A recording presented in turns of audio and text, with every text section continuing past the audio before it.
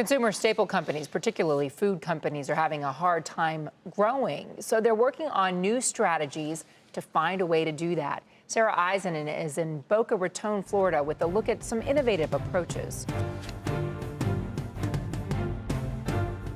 Big food has a big growth problem.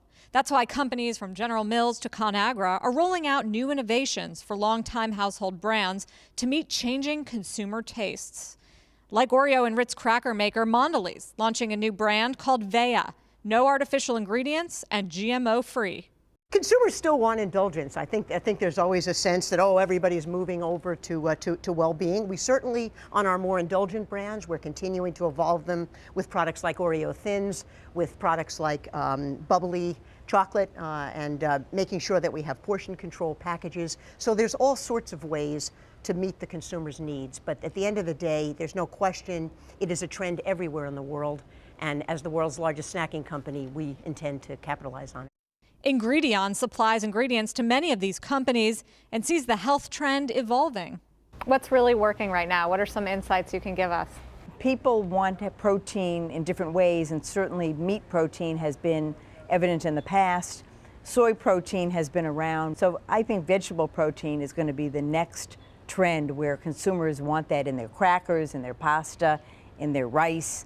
And we at Ingredion are really participating with our customers to formulate that. Besides falling behind on big food trends like healthier and fresher eating, companies have grappled with slower growth, both abroad and here in the U.S. And they have yet to see any meaningful boost in spending, despite the strong jump in consumer confidence after the election. What we see is in the second quarter of the year is usually a difficult time for us because consumers are coming off the holidays. The holiday period, based on our product portfolio, is a huge period for us.